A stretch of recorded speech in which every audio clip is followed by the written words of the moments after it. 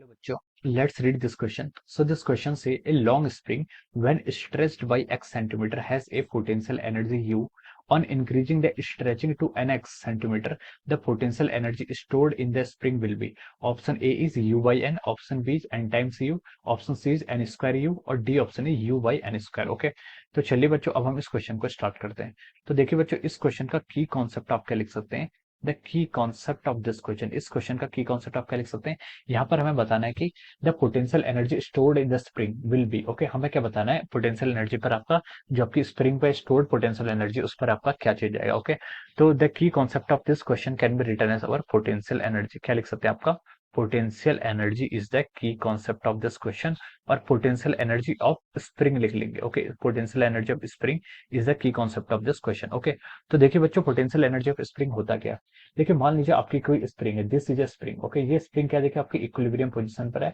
यहाँ पर आपने इस पर देखिए कोई मास है, एम मास आपने अटैच कर रखा है. ओके, तो देखिए ये स्प्रिंग क्या आपकी इक्विलिब्रियम पोजीशन पर है. किस पोजीशन पर, इक्विलिब्रियम पोजीशन, यानी कि इसका डिस्प्लेसमेंट मैंने एक्स एक्सिस के अलॉन्ग, ये मान लीजिए एक्स एक्सिस है, यहाँ पर क्या जीरो है. ओके, अगर मैं इस स्प्रिंग को क्या करता हूँ, देखिए स्ट्रेच कर देता हूँ. स्ट्रेच कैसे होगी, देखिए आपने इसकी पोजीशन से इसको थोड़ा सा इक्विलिब्रियम पोजीशन से क्या किया आपने, डेल एक्स क्या कर दिया, इसको डिस्प्लेस कर दिया.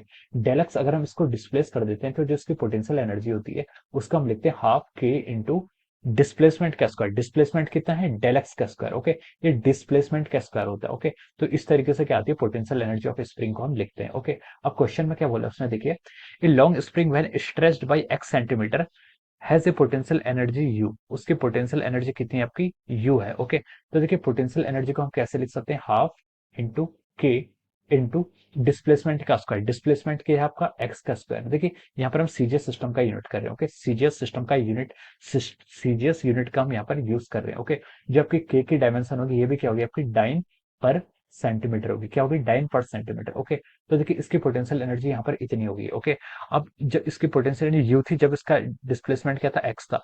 On increasing the stretching to n x, the potential energy stored in the spring will be. Okay, अब देखिए हमें इसकी new potential energy find out करनी है. कब फाइंड आउट करनी है, जब इसका डिस्प्लेसमेंट कितना हो गया, एन एक्स हो गया. कितना हो गया आपका, एन एक्स हो गया. ओके, तो ये आपकी देखिए इसको आप इक्वेशन नंबर 1 कहेंगे, तो this is our equation number 2. Okay, अब हमें यहाँ पर इन दोनों के बीच में रिलेशन निकालना है. ओके, तो देखिए 1 से 2 को डिवाइड कर लीजिए. हम क्या लिख सकते हैं, u divided by u prime is equal to k by 2 से के बाई 2 कैंसिल हो जाएगा, एक्स स्क्वायर से एक्स स्क्वायर कैंसिल हो जाएगा, क्या बचेगा आपका 1 ओवर एन स्क्वायर. ओके, तो हम लिख सकते हैं u प्राइम यानी कि नई potential energy is equal to over n square times u, यानी कि नई पोटेंशियल एनर्जी जो होगी आपकी एन स्क्वायर टाइम्स क्या होगी आपका, इनिशियल पोटेंशियल एनर्जी के इक्वल होगा. ओके, तो हम लिख सकते हैं देखिए इस क्वेश्चन के करस्पॉन्डिंग जो आपका क्या आ रहा है, ऑप्शन सी आ रहा है, it will be the right answer of this question.